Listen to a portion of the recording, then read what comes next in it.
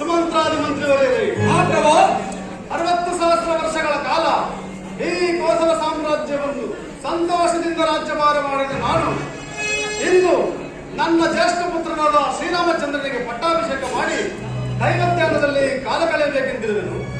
ಇದಕ್ಕೆ ನಿಮ್ಮ ಅಭಿಪ್ರಾಯಗಳನ್ನು ತಿಳಿಸಿ. ದಶರಥ ಮಹಾರಾಜ, ನೀನು ಸಕಲ ಧರ್ಮಶಾಸ್ತ್ರಗಳನ್ನೂ ತಿಳಿದ ಧರ್ಮಶೀಲನು. ನಿನ್ನ ಮನೋವಿಲಾಸೆಯು ನ್ಯಾಯಸಮ್ಮತ ಹಾಗೂ ಸಮಯೋಚಿತವಾಗಿದೆ. ಧನ್ಯನಾದ ಗುರುದೇವ. ಸುಮಂತ್ರರೇ, ಪ್ರಭು, ಶ್ರೀರಾಮನ ಪಟ್ಟಾಭಿಷೇಕದ ವಿಚಾರವು ನಾಡಿನ ಸಕಲ ಪ್ರಜೆಗಳಿಗೂ ಸಮ್ಮತವಲ್ಲವೇ? ಮಹಾಪ್ರಭು, ಶ್ರೀರಾಮಚಂದ್ರ ಪಟ್ಟಾಭಿ ವಿಷಯದಲ್ಲಿ ದೇವಾನು ಜನರು ಸಂತೋಷದಿಂದಿರುವರು. ಅಲ್ಲದೆ ನಮ್ಮ ಪ್ರಜೆ ಪರಿವಾರವನ್ನು ಆನಂದದಿಂದಿರುವರು. ನಮಗೂ ಸಂತೋಷ ಉಂಟಾಗಿರುವುದು. ಬಹಳ ಸಂತೋಷ. ಹಾಗಾದರೆ ನೀವೀಗಲೇ ಶ್ರೀರಾಮನನ್ನು ಬರಮಾಡಿ. ಆಗಬಹುದು. ಗುರುಗಳೇ, ರಾಜೇಂದ್ರ, ಶ್ರೀರಾಮನ ಪಟ್ಟಾಭಿಷೇಕಕ್ಕೆ ಶುಭ ಮುಹೂರ್ತವನ್ನು ನಿಶ್ಚಯಿಸಿ.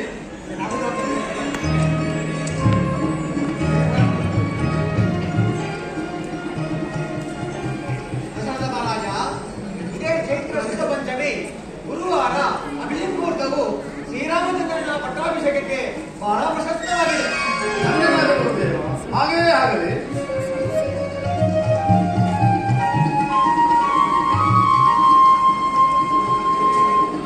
ಪೂಜ್ಯ ಪಿತರಿಗೂ ಪರಮ ಪೂಜ್ಯ ಗುರುಗಳಿಗೂ ಸಮಸ್ತರಿಗೂ ಈ ದಾಶರಥಿಯ ಪ್ರಣಾಮಗಳು.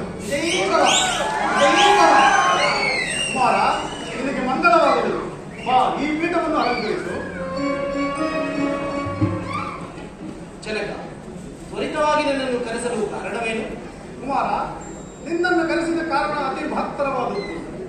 ಈ ಕೋಸಲ ಸಾಮ್ರಾಜ್ಯವನ್ನು 60 ವರ್ಷಗಳ ಕಾಲ ಸಂತೋಷದಿಂದ ರಾಜ್ಯಭಾರ ಮಾಡಿದ ನಾನು ಇನ್ನು ಮುಂದೆ ಗುರುಗಳ ಸಮ್ಮುಖದಲ್ಲಿ ಈ ಕೋಸಲ ಸಾಮ್ರಾಜ್ಯವನ್ನು ನಿನಗೆ ಪಟ್ಟ ಕಟ್ಟಬೇಕೆಂದು ನಿಶ್ಚಯಿಸಿರುವುದು. ಪಿತೃವಾಕ್ಯ ಪರಿಪಾಲನೆಯೇ ನನ್ನ ಪ್ರಥಮ ಕರ್ತವ್ಯ. ಆದರೆ ಕುಮಾರ, ಆದರೆ ಈ ಅರ್ಧೋಕ್ತಿಯಕ್ಕೆ ಕುಮಾರ. ಜನಕ, ಪ್ರಿಯ ಅನುಜರಾದ ಭರತ ಶತ್ರುಘ್ನರು ರಾಜಧಾನಿಯಲ್ಲಿ ಇಲ್ಲದಿರುವ ಸಮಯದಲ್ಲಿ ಪಟ್ಟಾಭಿಷೇಕಕ್ಕೆ ಆತುರಬೇಕೆ? ಕುಮಾರ, ಗುರುಗಳು ನಿಶ್ಚಯಿಸಿರುವ ಕಾರ್ಯವು ಅತಿ ಮಹತ್ತರವಾದದ್ದು. ಭರತ ಶತ್ರುಘ್ನರು ನಿನ್ನಲ್ಲಿ ಪಿತೃವಾತ್ಸಲ್ಯವಿಟ್ಟಿರುವ ಧರ್ಮಶೀಲರು. ಅವರಿಗೂ ಹೇಳಿ ಕಳಿಸಿದ್ದೇನೆ. ಸಕಾಲದಲ್ಲಿ ಬರುವ ನಿರೀಕ್ಷೆ ಇದೆ.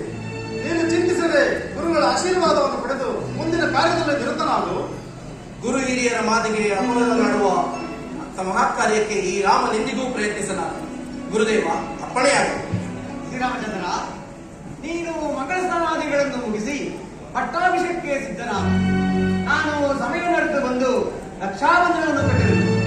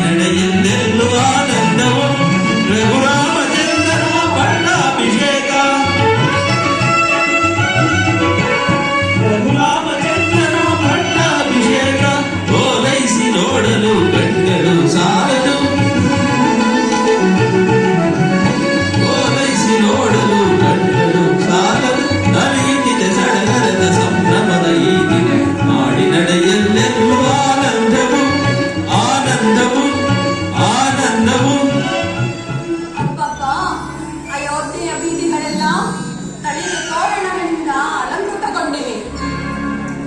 ಹಾದಿಯಲ್ಲೆಲ್ಲ ಬಣ್ಣ ಬಣ್ಣದ ರಂಗವಲ್ಲಿಗಳು ರಾರಾಜಿಸುತ್ತಿವೆ. ಸುಮಂಗಲಿಯರು ರೇಷ್ಮೆ ಪೀತಾಂಬರಗಳನ್ನು ಹುಡುಕ್ತು ಅತ್ತಿನಿಂತ ಓಡಾಡುತ್ತಾ ಮೆರೆದಾಡುತ್ತಿರುವರು. ಏನಿ ಸಂಭ್ರಮ, ಯಾಕೆ ಸಡಗರ? ರಾಮರಾಜ್ಯ ಶ್ರೀರಾಮಚಂದ್ರನಿಗೆ ಪಟ್ಟಾಭಿಷೇಕ. ರಾಮರಾಜ್ಯ ರಾಮರಾಜ್ಯ ರಾಮರಾಜ್ಯ. ಏನು? ಶ್ರೀರಾಮಚಂದ್ರನಿಗೆ ಪಟ್ಟಾಭಿಷೇಕವೇ? ಕೂಡಲು ನಡೆಯಲೇ ಕೂಡದು. ಶ್ರೀರಾಮಚಂದ್ರ ಬಾಲ್ಯದಲ್ಲಿ ನನ್ನ ಬೆನ್ನಿಗೆ ಬಾಣ ಹೂಡಿ ಗೋಲು ಬೆನ್ನು ಮಾಡಿದೆಯಲ್ಲವೇ, ಅದಕ್ಕೀಗ ತಕ್ಕ ಸೇಡು ತೀರಿಸಿಕೊಳ್ಳುತ್ತೇನೆ. ಶ್ರೀರಾಮಚಂದ್ರನಿಗೆ ಪಟ್ಟಾಭಿಷೇಕವಂತೆ, ರಾಮರಾಜ್ಯವಂತೆ. ಕನಸಿನಲ್ಲಿ ಕಾಣಬೇಕು ಆ ರಾಮರಾಜ್ಯವನ್ನು.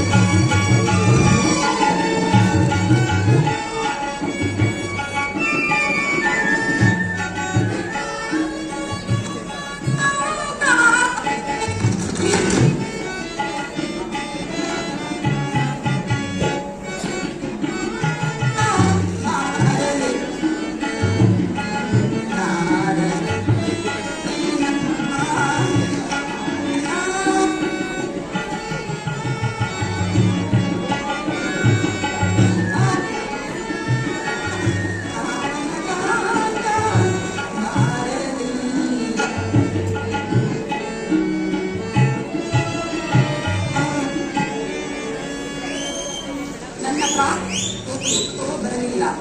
ನನ್ನ ಆತ್ಮಸಂಕಟದ ಮಂಥರಿಯೂ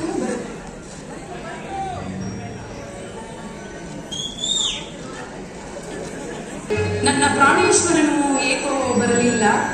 ನನ್ನ ಆಪ್ತ ಸಖಿಯಾದ ಮಂಥರೆಯೂ ಬರಲಿಲ್ಲ. ಕಾರಣವೇನಿರಬಹುದು?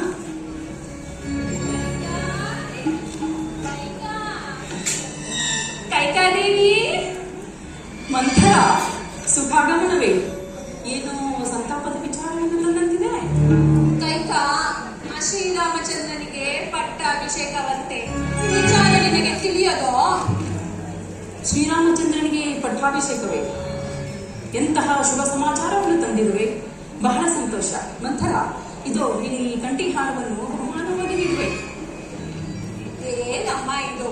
ನಿನ್ನ ಸವತಿಯ ಮಗನ ಪಟ್ಟಾಭಿಷೇಕದ ವಿಚಾರವನ್ನು ಕೇಳಿ ಈ ರೀತಿ ಸಂತೋಷ ಪಡುತ್ತಿರುವೆಯಲ್ಲ, ನಿನ್ನ ಮಂಕು ಬುದ್ಧಿಗೆ ನಾನು ಏನು ಹೇಳಲಿ? ಮಂಥರ, ಸಾಕು ಬಾಯಿ ಮುಚ್ಚು. ನನಗೆ ರಾಮನು ಬೇರೆಯೇ, ಭರತನು ಬೇರೆಯೇ. ಅಮ್ಮ, ನಿನ್ನ ಹೊಟ್ಟೆಯಲ್ಲಿ ಹುಟ್ಟಿದ ಮಗ ಭರತನಿಗೆ ಪಟ್ಟಾಭಿಷೇಕವಾದರೆ ನಾನೂ ಸಂತೋಷ ಪಡುತ್ತಿದ್ದೆ. ಅದಾಗದೆ ಶ್ರೀರಾಮಚಂದ್ರನಿಗೆ ಪಟ್ಟಾಭಿಷೇಕವಾದರೆ ಆ ಕೌಸಲ್ಯೆ ಮಹಾರಾಣಿಯಾಗುವಳು. ನೀನು ಅವಳ ದಾಸಿಯಾಗಬೇಕಾಗುತ್ತದೆ. ಯೋಚಿಸಿ ನೋಡು. ಹೌದಲ್ಲವೇ? ಮಂಥರೆಯ ಮಾತಿನಲ್ಲೂ ಅರ್ಥವಿದೆ. ಮಂಥರ, ಈಗ ನಾನೇನು ಮಾಡಲಿ? ಅದಕ್ಯಾಕಮ್ಮ ಚಿಂತಿಸುವೆ? ಹಿಂದೆ ದೇವದಾನವರ ಯುದ್ಧ ನಡೆದಾಗ ನೀನು ಮಾಡಿದ ಸಹಾಯಕ್ಕೆ ಮೆಚ್ಚಿ ಮಹಾರಾಜರು 2 ವರಗಳ ಅಭಿದಾನವನ್ನು ನೀಡಿದ್ದರಲ್ಲವೇ? ಹೌದು. ಆ ವರಗಳನ್ನು ಈ ಸಮಯದಲ್ಲಿ ಕೇಳಿಕೋ. ಸರಿ, ಹಾಗಾದರೆ ಏನೆಂದು ಕೇಳಿಕೊಳ್ಳಲಿ ಮಂಥರ?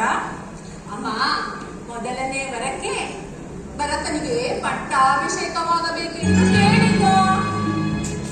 ಇನ್ನು 2ನೇ ವರಕ್ಕೆ ಶ್ರೀರಾಮಚಂದ್ರನು 14 ವರ್ಷ ವನವಾಸಕ್ಕೆ ಹೋಗಬೇಕೆಂದು ಕೇಳಿಕೋ. ಅಬ್ಬಾ, ಎಂತಹ ಕಠೋರವಾದ ವರಗಳು.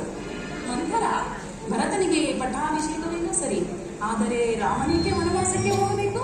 ಅಮ್ಮ, ರಾಮನು ರಾಜ್ಯದಲ್ಲಿದ್ದರೆ ಪ್ರಜೆಗಳು ಭರತನ ಕೈವಶವಾಗುವುದು ಕಷ್ಟವಮ್ಮ. ಮಂಥರ, ಇದಕ್ಕೆ ನನ್ನ ಸ್ವಾಮಿ ಒಪ್ಪುವರೇನು? ಅಮ್ಮ, ನಿನ್ನ ಪತಿಯವರು ಒಪ್ಪುವಂತೆ ಮಾಡುವ ಜಾಣ್ಮೆ ನಿನ್ನ ಕೈಯಲ್ಲಿದೆ ಅಮ್ಮ. ಮಂಥರ, ಮಹಾರಾಜರು ಬರುವಂತಿದೆ. ನೀವು ಹೊರಡು. ಮುಂದಿನದನ್ನು ನಾನು ಯೋಚಿಸಿ ತೀರ್ಮಾನಿಸಿದ್ದೇನೆ. ಕೈಕಾ, ಮಹಾರಾಜರ ಜೊತೆ ಮಾತನಾಡುವಾಗ ಜಾಗ್ರತೆ. ಮಹಾರಾಜರು ಶ್ರೀರಾಮನ ಮೇಲೆ ಪ್ರಮಾಣ ಮಾಡಿದ ಮೇಲೆ ನೀನು ವರಗಳನ್ನು ಬೇಡಿಕೋ. ಆಗಲಿ ಮಂಥರ, ಹಾಗೆ ಆಗಲಿ. ನೀನಿನ್ನು ಹೊರಡು. ಅಬ್ಬಾ, ಎಂತಹ ಕಪಟ! ಬರಲಿ ಆ ನನ್ನ ಸ್ವಾಮಿಯು. ಹಬ್ಬ, ನನ್ನ ಕುತಂತ್ರವಂತೂ ಫಲಿಸಿತು. ಇನ್ನು ಭರತನ ಪಟ್ಟಾಭಿಷೇಕವಾಗುವುದೋ ಇಲ್ಲವೋ? ಆದರೆ ಶ್ರೀರಾಮನಿಗೆ 14 ವರ್ಷ ವನವಾಸ ನಿಶ್ಚಿತ.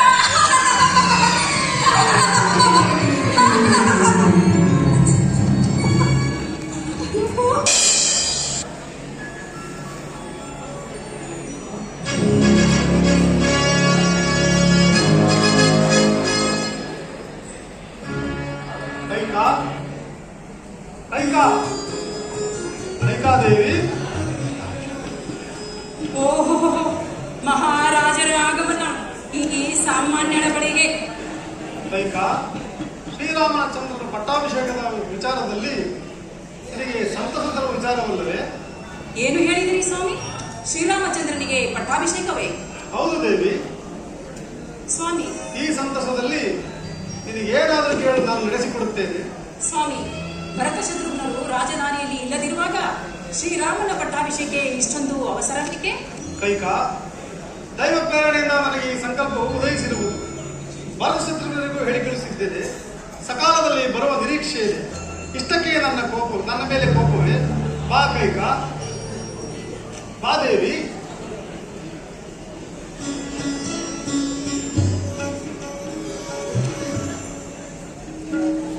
ಇಲ್ಲಿ ನೋಡು, ನನ್ನ ಸಂತೋಷಕ್ಕೆ ಪಾರವೇ ಇಲ್ಲ. ಕೈಕಾ, ಶ್ರೀರಾಮನ ಪಟ್ಟಾಭಿಷೇಕದ ಸಂದರ್ಭದಲ್ಲಿ ಇದು ಏನು ಬೇಕು ಹುಡುಗರೆ ಕೇಳು, ನಾನು ನಡೆಸಿಕೊಡುತ್ತೇನೆ. ಸ್ವಾಮಿ, ಏನು ಕೇಳಿದರೂ ನಡೆಸಿಕೊಡುವಿರಾ? ಓ, ಅಗತ್ಯವಾಗಿ. ಸ್ವಾಮಿ, ಹಾಗಾದರೆ ಹಿಂದೆ ದೇವಾಸುರರ ಯುದ್ಧದಲ್ಲಿ ನಾನು ಮಾಡಿದ ಸಹಾಯಕ್ಕೆ ಮೆಚ್ಚಿ ನನಗೆ 2 ವರಗಳನ್ನು ಕೊಟ್ಟಿದ್ದೀರಿ. ಆ ವರಗಳನ್ನು ನಡೆಸಿಕೊಡಿ. ಚೆನ್ನಾಗಿ ನೆನಪಿದೆ ಕೈಕಾ. ಅಂದು ನಿನ್ನ ಸಾಹಸವನ್ನು ಮೆಚ್ಚಿ ನಿನಗೆ 2 ವರಗಳನ್ನು ಕೊಟ್ಟಿದ್ದು ನಿಜ. ನೀನೇ ಸಮಯ ಬಂದಾಗ ಕೇಳಿಕೊಳ್ಳುವೆಂದು ತಿಳಿಸಿರುವೆಯಲ್ಲ. ಸ್ವಾಮಿ, ಆ ಸಮಯ ಈಗ ಬಂದಿದೆ. ವರಗಳನ್ನು ನಡೆಸಿಕೊಡಿ. ಬಹಳ ಸಂತೋಷ. ನಿನಗೇನು ಬೇಕೋ ಕೇಳಿಕೊ, ನಾನು ನಡೆಸಿಕೊಡುತ್ತೇನೆ. ಸುಮ್ಮನೆ ಕೇಳಿಕೊ ಎಂದರೆ ಹೇಗೆ ಸ್ವಾಮಿ? ಮತ್ತಿನ್ನೇನು ಮಾಡಬೇಕು ದೇವಿ? ಸ್ವಾಮಿ, ನಿಮಗೆ ಅಧಿಕವಾದ ಪ್ರೀತಿ ಯಾರ ಮೇಲಿರುವುದು? ನಿನ್ನ ಮೇಲೆಯೇ ನನಗೆ ಅಧಿಕವಾದ ಪ್ರೀತಿ. ಸ್ವಾಮಿ, ನನ್ನನ್ನು ಬಿಟ್ಟರೆ ಅಧಿಕವಾದ ಪ್ರೀತಿ ಯಾರ ಮೇಲಿರುವುದು? ಸಂದೇಹ ಬೇಡ ಕೈಕಾ, ನಿನ್ನ ಮೇಲೆಯೇ ನನಗೆ ಅಧಿಕವಾದ ಪ್ರೀತಿ. ಸ್ವಾಮಿ, ಸ್ವಲ್ಪ ಯೋಚಿಸಿ ಹೇಳಿ. ನನ್ನನ್ನು ಬಿಟ್ಟರೆ ಅಧಿಕವಾದ ಪ್ರೀತಿ ಯಾರನ್ನು ಇರುವುದು? ನಿನ್ನನ್ನು ಬಿಟ್ಟರೆ ನನ್ನ ಜ್ಯೇಷ್ಠ ಪುತ್ರನಾದ ಶ್ರೀರಾಮಚಂದ್ರನ ಮೇಲೆ ನನಗೆ ಪ್ರೀತಿ ಇರುವುದು. ಸರಿ, ಹಾಗಾದರೆ ನಿಮ್ಮ ಪ್ರೀತಿ ಪುತ್ರನಾದ ಶ್ರೀರಾಮಚಂದ್ರನ ಮೇಲೆ ಆಣೆ ಇಟ್ಟರೆ ನಾನು ವರಗಳನ್ನು ಕೇಳಿಕೊಳ್ಳುತ್ತೇನೆ. ಕೈಕಾ, ಶ್ರೀರಾಮಚಂದ್ರನ ಮೇಲೆ ಹಣೆ ಹೇಗೆ ಕೈಕಾ? ಅದೇನು ಕೇಳಿಕೊಳ್ಳುವ ಕೇಳು, ನಾನು ನಡೆಸಿಕೊಡುತ್ತೇನೆ. ಸ್ವಾಮಿ, ಶ್ರೀರಾಮಚಂದ್ರನ ಮೇಲೆ ಆಣೆ ಇಟ್ಟರೆ ಮಾತ್ರ ನಾನು ವರಗಳನ್ನು ಕೇಳಿಕೊಳ್ಳುತ್ತೇನೆ ಎಂದು ನನ್ನ ಮಾತಿಗೆ ವಿರೋಧವನ್ನು ಆಚರಿಸಲು ನನ್ನ ಕೈಕಾ ಇಂದು ಈ ರೀತಿ ಮಾತನಾಡುತ್ತಿರುವುದು. ನುಡಿದಂತೆ ನಡೆಯಲು ನಾನು ಸಿದ್ಧನಿರುವಾಗ ಅದಕ್ಕೇಕೆ ಚಿಂತೆ? ಕೈಕಾ, ತಗೋ, ಶ್ರೀರಾಮಚಂದ್ರನ ಮೇಲೆ ಆಣೆಯಾಗಿ ಹೇಳುತ್ತೇನೆ. ಅದೇನು ಬೇಕು ಕೇಳಿಕೊಂಡು ನಡೆಸಿಕೊಡುತ್ತೇನೆ. ಸ್ವಾಮಿ, ವರಗಳನ್ನು ಕೇಳಿಕೊಳ್ಳಲೇ? ಸಂತೋಷವಾಗಿ ಕೇಳಿಕೊಳ್ಳುತ್ತೇವೆ. ಸ್ವಾಮಿ, ಮೊದಲನೆಯ ವರಕ್ಕೆ ಶ್ರೀರಾಮಚಂದ್ರನಿಗೆ ನಿಶ್ಚಯವಾಗಿರುವ ಪಟ್ಟಾಭಿಷೇಕವನ್ನು ನಿಲ್ಲಿಸಿ ನನ್ನ ಮಗ ಭರತನಿಗೆ ಪಟ್ಟಾಭಿಷೇಕವಾಗಬೇಕು. ಹೇಳ ಕೈಕಾ, ಎಂತಹ ಕಠೋರ ವರಗಳನ್ನು ಕೇಳುತ್ತಿರುವೆ. ಕಠಿಣ ಮನಸ್ಸಿನಿಂದ ಇಂಥ ವರಗಳನ್ನು ಕೇಳಬೇಡ. ನಿನ್ನ ಸಂತೋಷಕ್ಕಾಗಿ ಭರತನಿಗೆ ಪಟ್ಟಾಭಿಷೇಕ ಮಾಡುತ್ತೇನೆ. ಆದರೆ ನನ್ನ ಪ್ರೀತಿಯ ಪುತ್ರ ಶ್ರೀರಾಮನನ್ನು ವನವಾಸಕ್ಕೆ ಕಳುಹಿಸುವಂತೆ ನನ್ನನ್ನು ಪ್ರೇರೇಪಿಸಬೇಡ ಕೈಕಾ. ರಾಮನ ಮೇಲೆ ನಿನಗೇಕೆ ಈ ಹಠ, ಏಕೆ ಈ ಛಲ? ಸ್ವಾಮಿ, ನನ್ನ ಎರಡನೇ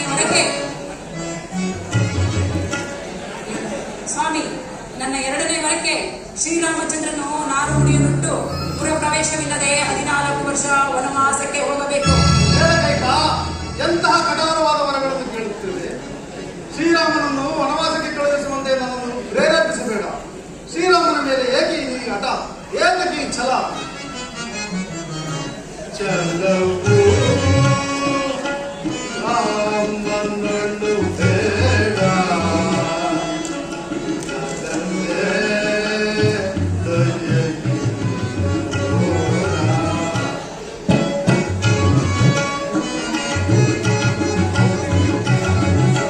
ಚಲವು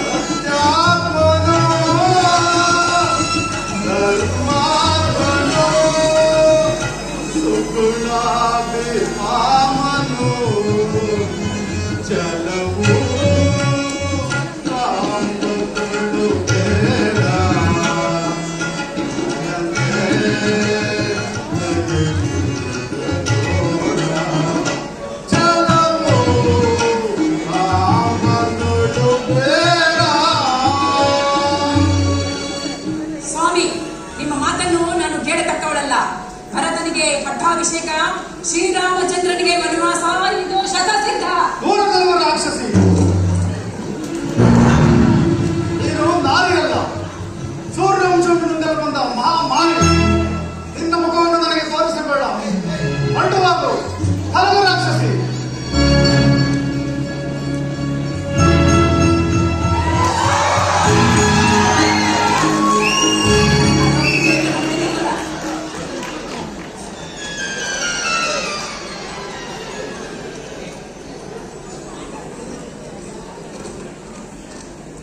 ಜನಕ ನಮಸ್ಕರಿಸುವೆ.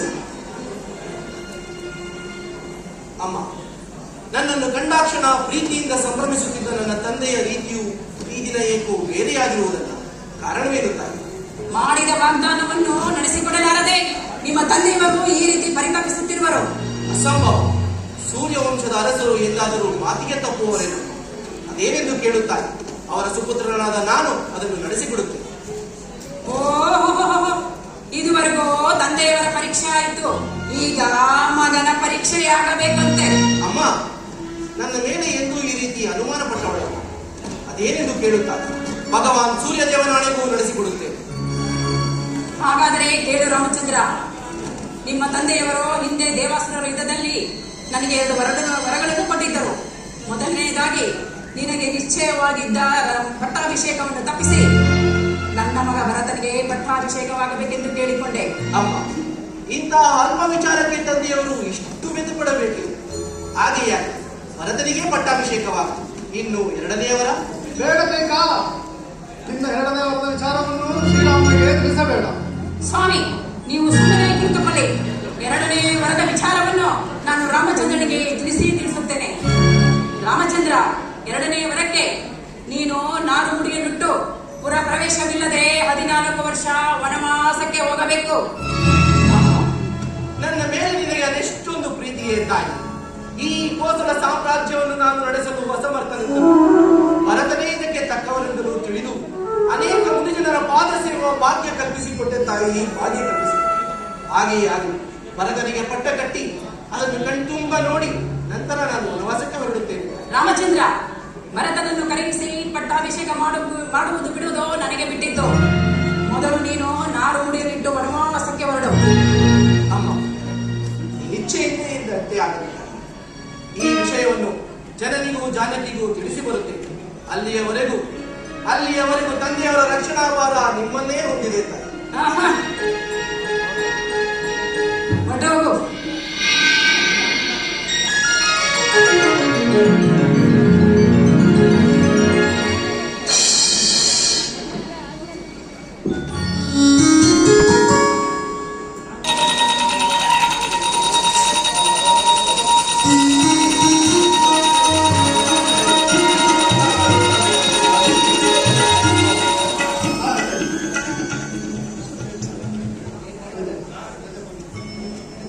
ಸೀತಾ, ಜಾನಕಿ,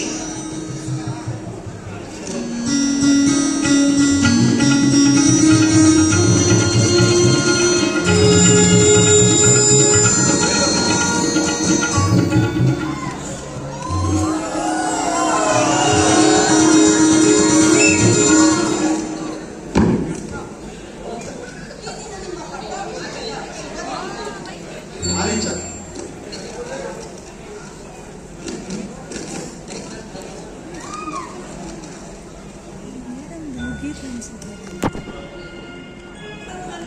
ಕಾರಣವೇನು? ಸೀತಾ, ಇಂದು ನಿಶ್ಚಯವಾಗಿದ್ದ ನನ್ನ ಪಟ್ಟಾಭಿಷೇಕವು ನಡೆಯುತ್ತಿಲ್ಲ. ಏನಂದ್ರೆ ಸ್ವಾಮಿ, ಈ ದಿನ ನಿಮ್ಮ ಪಟ್ಟಾಭಿಷೇಕ ನಡೆಯುತ್ತಿಲ್ಲವೇ? ಕಾರಣ?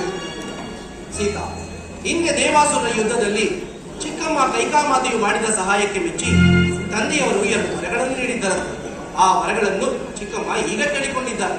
ಏನೆಂಬುದಾಗಿ ಸ್ವಾಮಿ? ಮೊದಲನೆಯ ವರಕ್ಕೆ ಇಂದು ನಿಶ್ಚಯವಾಗಿದ್ದ ಪಟ್ಟಾಭಿಷೇಕವನ್ನು ತಪ್ಪಿಸಿ ಸ್ವಾಮಿ, ಭರತನಿಗೆ ಪಟ್ಟ ಕಟ್ಟಬೇಕೆಂದು ಕೇಳಿಕೊಂಡಿದ್ದಾರೆ.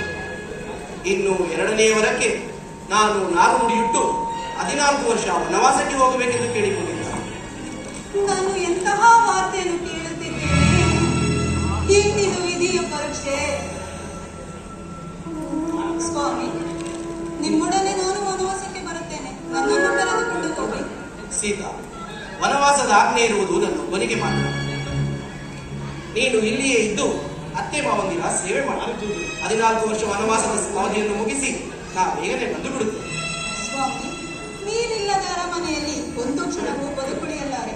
ನನ್ನನ್ನು ಕರೆದುಕೊಂಡು ಹೋಗಿ. ಇಲ್ಲದಿದ್ದ ಪಕ್ಷದಲ್ಲಿ ನಾನಿಲ್ಲಿಯೇ ಪ್ರಾಣತ್ಯಾಗ ಮಾಡಿಕೊಳ್ಳುತ್ತೇನೆ. ಸೀತಾ, ಇಂತಹ ಅಲ್ಪ ವಿಚಾರಕ್ಕೆ ಹೆಣ ನಿರ್ಧಾರವೇ? ಹಾಗೆಯೇ ನಡೆ, ಮಾತಾಪಿತೃಗಳ ಆಶೀರ್ವಾದ ಪಡೆದು ವನವಾಸಕ್ಕೆ ಹೊರಡು.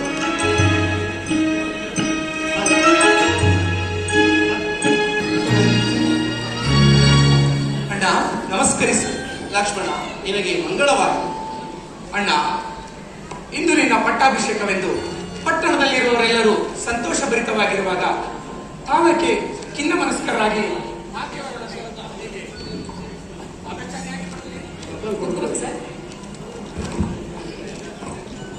ನನಗೆ ಹೇಳಿ ಕಳಿಸಿದರೆ ನಾನೇನು ತಪ್ಪು ಮಾಡಿದ್ದೇನಲ್ಲ. ಲಕ್ಷ್ಮಣ, ನಿನ್ನ ವಾತ್ಸಲ್ಯಭರಿತ ಮಾತುಗಳಿಂದ ಸಂತೋಷವಾಗಿದ್ದರೂ ಸಹ ಇಂದಿನಿಂದ ನಾನು ಪಾದಚಾರಿಯಾಗಿಯೇ ಸಂಚರಿಸಬೇಕೆಂದು ನಿರ್ಧರಿಸಿದ್ದೇನೆ. ಅಂದರೆ ನಿಮ್ಮ ಮಾತಿನ ಅರ್ಥ? ಲಕ್ಷ್ಮಣ, ಇಂದು ನಿಶ್ಚಯವಾಗಿದ್ದ ನನ್ನ ಪಟ್ಟಾಭಿಷೇಕವು ನಡೆಯುತ್ತಿಲ್ಲ. ಅಣ್ಣ, ಹೌದು ಲಕ್ಷ್ಮಣ, ಹಿಂದೆ ದೇವಾಸುರರ ಯುದ್ಧದಲ್ಲಿ ಚಿಕ್ಕಮ್ಮ ಕೈಕಾಮಾತೆಯನ್ನು ಮಾಡಿದ ಸಹಾಯಕ್ಕೆ ಮೆಚ್ಚಿ ಜನಕನು 2 ವರಗಳನ್ನು ನೀಡಿದ್ದಾರೆ. ಆ ವರಗಳನ್ನು ಈಗ ಕೇಳಿಕೊಂಡಿದ್ದಾರೆ. ಮೊದಲನೆಯ ವರಕ್ಕೆ ಈಗ ನಡೆಯುತ್ತಿರುವ ಪಟ್ಟಾಭಿಷೇಕವನ್ನು ತಪ್ಪಿಸಿ ಭರತನಿಗೆ ಪಟ್ಟ ಕಟ್ಟಬೇಕೆಂದು. ಇನ್ನು 2ನೇ ವರಕ್ಕೆ ನಾನು ನಾರು ಮುಡಿಯಿಟ್ಟು 14 ವರ್ಷ ವನವಾಸಕ್ಕೆ ಹೋಗಬೇಕೆಂದು ಕೇಳಿಕೊಂಡಿದ್ದಾರೆ. ಅಣ್ಣ, ಕೂಡದು. ನೀನು ವನವಾಸಕ್ಕೆ ಹೋಗಲೇ ಕೂಡದು. ಮಹಾಮಾತ್ಸರ್ಯ ವಿಷಭರಿತ ಕಾಳ ಸರ್ಪಿಣಿ ಆ ಮೋಹವೆಂಬುದೊಂದು ತಲೆಗೇರಿ ಮುಂದಾಲೋಚನೆ ಇಲ್ಲದೆ ವಾಗ್ದಾನ ಮಾಡಿದ ವೃತ್ತ ತನ್ನೆಯ ಮಾತನ್ನು ನಡೆಸಲೇ ಕೂಡದು. ಆ ಕ್ರೂರ ಪಿಶಾಚಿಯನ್ನು ಶತ್ರುತಪಡಿಸಲು ನಿನಗೆ ಒಲಿದು ಬಂದ ರಾಜಲಕ್ಷ್ಮಿಯನ್ನು ತಿರಸ್ಕರಿಸಿ ನೀನು ವನವಾಸಕ್ಕೆ ಹೊರಡುತ್ತೆ. ಸಾಧ್ಯವಿಲ್ಲ ಅಣ್ಣ, ಸಾಧ್ಯವಿಲ್ಲ. ನನಗೀಗಲೇ ಆಜ್ಞೆಯನ್ನು ಕೊಡು.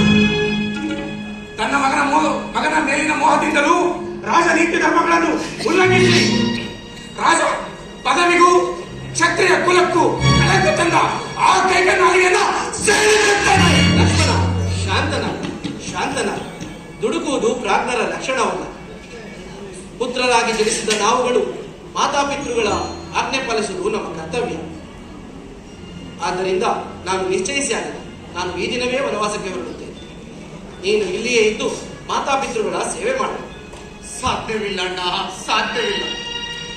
ನೀನಿಲ್ಲದ ಈ ಅಯೋಧ್ಯೆ ನಗರಲ್ಲಿ ನಾನೇಗಿರಲಣ್ಣ, ನಾನೇಗಿರಲಿ.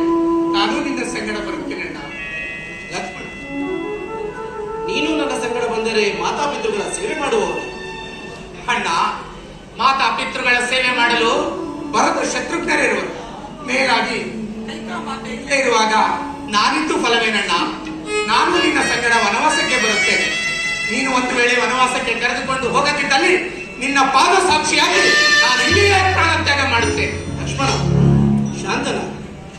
ಇದೆಂತಹ ಉಭಯ ಸಂಕಟ. ಜಾನಕಿಯೂ ನನ್ನ ಸಂಗಡ ಹೊರಟಿಲ್ಲ. ಈಗ ನೀನೂ ಹಠ ಹಿಡಿದಿರು. ಎಲ್ಲ ಇಚ್ಛೆ ಹಾಗೆಯಾಗಿ ಚಿಂತಾಕ್ರಾಂತನಾಗಿರುವ ಹೃದಯವನ್ನು ಸಂತೈಸಿ ವನವಾಸಕ್ಕೆ ನಡೆ. ಹಾಗೆ ಆಗ್ಲಿ ಅಣ್ಣ.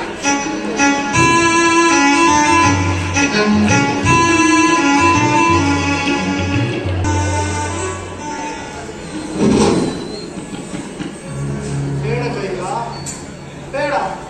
ಹಿಡಿದ ಹಠವನ್ನು ಸಾಧಿಸಿ ಪ್ರಚಂಡ ಮಾರಿಯಾಗಬೇಡ. ಯಾವ ಸ್ವಾರ್ಥಕ್ಕಾಗಿ ಹಠವನ್ನು ಸಾಧಿಸುತ್ತಿರುವೆ? ರಾಮನ ವನವಾಸವನ್ನು ತಪ್ಪಿಸು ಕೈಗ, ತಪ್ಪಿಸು. ಸ್ವಾಮಿ, ನಾನು ನಿಮ್ಮ ಮಾತನ್ನು ಕೇಳತಕ್ಕವಳಲ್ಲ. ಭರತನಿಗೆ ಪಟ್ಟಾಭಿಷೇಕ, ಶ್ರೀರಾಮಚಂದ್ರನಿಗೆ ವನವಾಸ, ಇದು ಶತಸಿದ್ಧ.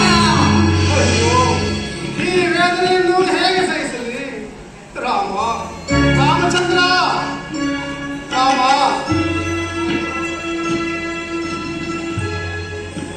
ಜನಕ, ವನವಾಸಕ್ಕೆ ಹೊರಟಿರುವ ನಮಗೆ ತೃಪ್ತಿಯನ್ನು ಕೊಡು. ರಾಮ, ನಿನಗೆ ವನವಾಸದ ಹಂತೆಯೇ? ಪತಿಯೊಡನೆ ನಾನು ಹೊರಟಿರುವೆ. ನನ್ನನ್ನು ಆಶೀರ್ವದಿಸು. ಅಮ್ಮ ಸೀತಾದೇವಿ, ನೀನು ಹೊರಟಿರುವೆಯಾ? ಹೋಗಲಿ ಬಿಡಿ. ಜನಕ, ಅಣ್ಣನೊಡನೆ ನಾನು ವನವಾಸಕ್ಕೆ ಹೊರಟಿದ್ದೇನೆ. ಹೊರಟಿರು ಅದೇನು ಕೊಡು. ಲಕ್ಷ್ಮಣ, ಸಕಲ ಗುಣಲಕ್ಷಣ ನೀನು ಹೊರಟಿರುವೆ ಕಂದ. ಅವನು ಹೋಗಲಿ ಬಿಡಿ. ಅಯ್ಯೋ, ನನ್ನ ನಿರೀಕ್ಷೆಗಳೆಲ್ಲವೂ ಗಾಳಿ ಹೋಗ್ಬಿಟ್ಟು ಎಲ್ಲವೂ ನನ್ನ ಕೈ ಮೀರಿ ಹೋಯಿತು. ಸುಮಂತ್ರ, ಸುಮಂತ್ರ, ವನವಾಸಕ್ಕೆ ಹೊರಟಿರುವ ರಾಮ ಲಕ್ಷ್ಮಣ ಸೀತೆಯೊಡನೆ ಅಯೋಧ್ಯೆಯ ಸಕಲ ಸಿರಿ ಸಂಪತ್ತೂ ಹೋಗಲಿ. ಕೂಡದು ಕೆನೆ ತೆಗೆದ ಹಾಲಿನಂತೆ ವಿಸ್ತಾರವಾದ ರಾಜ್ಯವನ್ನು ನನ್ನ ಮಗ ಭರತನಾಳಬೇಕೆ? ರಾಮಚಂದ್ರ, ವನವಾಸಕ್ಕೆ ಹೊರಟಿರುವ ನಿನಗೆ ಏಕೆ ವಸ್ತ್ರಾಭರಣಗಳು?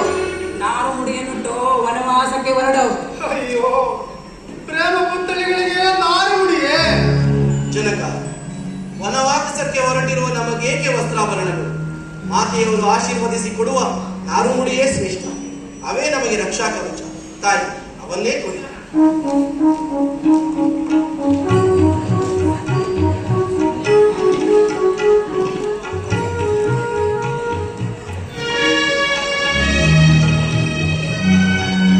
ಆ ರಾಮಚಂದ್ರನ ಮಾತನ್ನು ಕೇಳಿಕೊಂಡು ನೀನು ಹೊರಟಿರುವೆಯ?